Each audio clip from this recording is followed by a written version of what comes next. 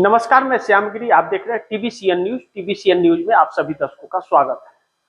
बिहार में पूरा खेल पलट गया। बहुत कुछ सपने बिहार के लोगों ने भी सजोए थे और बहुत कुछ सपने नेताओं ने भी, लेकिन नीतीश कुमार का कहते हैं दाहिना हाथ क्या करता है बाएं हाथ को पता नहीं चलता, लेकिन नीतीश कुमार वाकई मानसिक तौर पर बीमार हो गए हैं। इसमें कोई शक अब तो नहीं हो, क्योंकि अब अपने वह राजनीतिक करियर से इस्तीफा देने जा रहे हैं 14 तारीख को। यह इस्तीफा उनका राजनीतिक समाप्ति, द एंड बिहार में हो गया और अब राज्यसभा सांसद बन गए हैं, शपथ भी ले लिया है।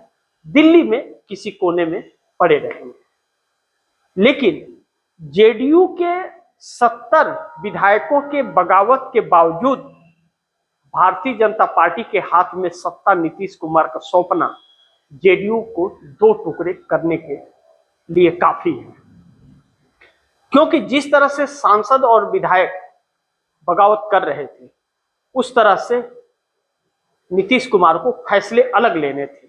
और नीतीश कुमार ने जो 4 सूत्रीय मांग रखी थी भारतीय जनता पार्टी के सामने, उसमें भी साफ जाहिर हो रहा था कि उनकी मांगें स्वीकार नहीं की गई तो नीतीश कुमार पाला बदल देंगे, लेकिन नीतीश कुमार तो झुक गए। बैठकों का दौर चलता रहा, लेकिन उस बैठक का निर्णय कुछ नहीं निकला।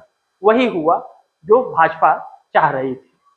ऐसे में निशांत कुमार, नीतीश कुमार के बेटे भी बैठक करते रहे, लेकिन कोई निष्कर्ष निकला नहीं।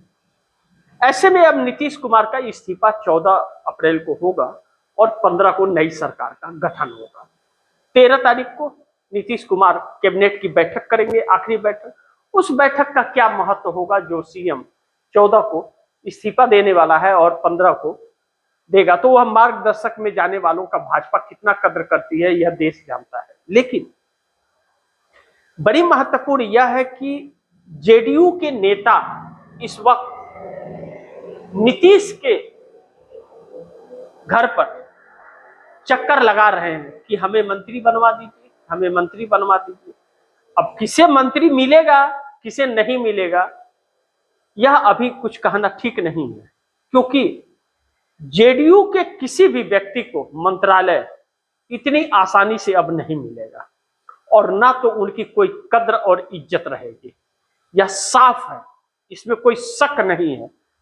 और जेडीयू के नेता पीटे भी जाएंगे भारतीय जनता पार्टी के द्वारा, जैसे महाराष्ट्र में एकनाथ शिंदे के नेता और मंत्री पीटे जाते हैं। नीतीश कुमार को ऐसा शिंदे बना दिया मोदी ने कि एकनाथ शिंदे बेटर हैं नीतीश कुमार से।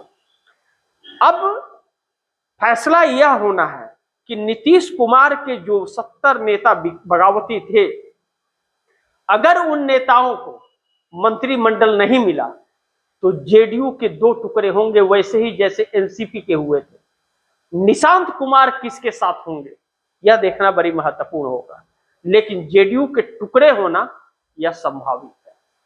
और जेडीयू के अंदर 70 विधायक जब बागी हैं और 70 और 85 टोटल हैं, अगर 45 विधायकों ने या 44 विधायकों ने या 43 विधायकों ने पार्टी छोड़ दी तो नीतीश कुमार के हाथ से पार्टी निकल जाएगी, यानी कि शरद पवार जैसे हाल।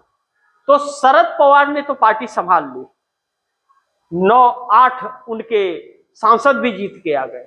नीतीश कुमार के बस की नहीं है, अब दूसरी पार्टी बना लेना निशांत कुमार के बस का नहीं है। नीतीश कुमार अब 2030 चुनाव तक किसी लायक नहीं रहेंगे, ना तो बोलने लायक रहेंगे, क्योंकि उस वक्त तक पार्टी का जो हाल होगा नीतीश कुमार ने सपने में सोचा नहीं था। इंडिया गठबंधन की तरफ से एक अच्छा सुनहरा मौका था नीतीश कुमार के पास कि 20 साल सीएम रहने के बाद वह पीएम बन सकते थे, लेकिन नीतीश कुमार ने बिहार को बेच दिया और देश के उम्मीदों पर पानी फेर दिया। पलटू राम पलटे नहीं, पलटू राम गुलाम बन गए और चाय में मक्खी की तरह निकाल करके भारतीय जनता पार्टी ने फेंक दिया उन्हें। देवी गौड़ा का हाल, जो पूर्व प्रधानमंत्री देवी गौड़ा का जो हाल है वही हाल नीतीश कुमार का होगा, क्योंकि देवी गौड़ा भी राज्यसभा में बैठे हुए हैं एक कोने में बेचारे, कभी कुछ बोल भी नहीं पाते। नीतीश भी वैसे ही बैठेंगे। 20 साल में इतनी उपलब्धि नीतीश कुमार ने हासिल की कि नीतीश कुमार ने बिहार को इस हाल में छोड़ा है कि पेंशन और वेतन देने के लिए बिहार में पैसे नहीं, फिर भी बिहार विकास कर रहा है। और अब जब भारतीय जनता पार्टी के ही यह कारनामे हैं, नीतीश कुमार के ऊपर कोई आरोप नहीं है कि उन्होंने घोटाला किया है, चोरी की है, डकैती की, कुछ भी नहीं किया है उन्होंने। लेकिन बीजेपी जिस पार्टी के साथ गठबंधन में 20 साल थे, उसने पूरे बिहार को लूट लिया। और जब पूरी सत्ता का कमान उसके हाथ में रहेगा तो सोचिए कि वह पार्टी बिहार को किस हाल में ले जाकर के छोड़ेगी।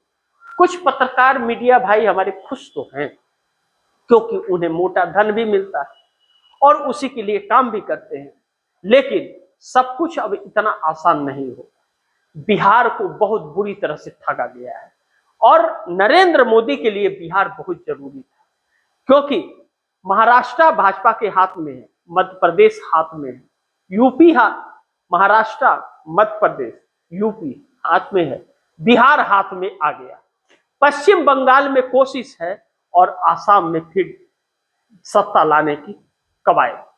ऐसे में महाराष्ट्र, मध्य प्रदेश, उत्तर प्रदेश, बिहार, पश्चिम बंगाल और आसाम, यानी कि 6 राज्य लाइन से भारतीय जनता पार्टी के पास।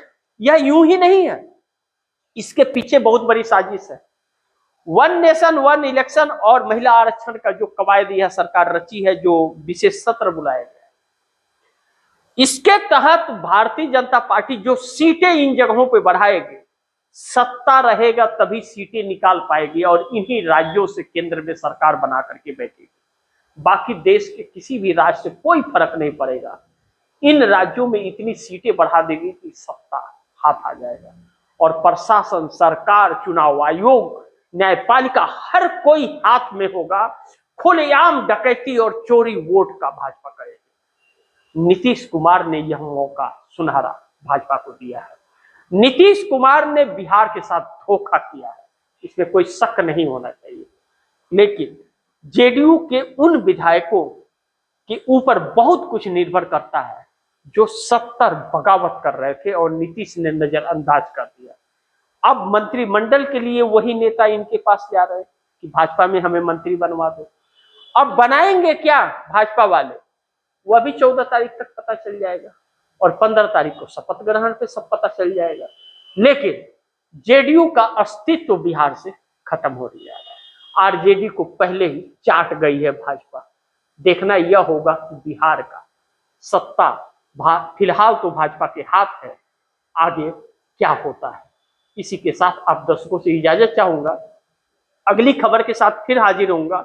लेकिन आप दर्शकों की क्या राय है, क्या सुझाव है, कमेंट बॉक्स में जरूर दीजिएगा। इस खबर को ज्यादा से ज्यादा शेयर कीजिएगा, अपने दोस्तों को भी कहिएगा आगे शेयर करें। और आपने अगर TVCN न्यूज को सब्सक्राइब नहीं किया, सब्सक्राइब कर लीजिए, अपने दोस्तों को भी कहिएगा सब्सक्राइब करें। मिलते हैं अगली खबर के साथ, तब तक के लिए नमस्कार।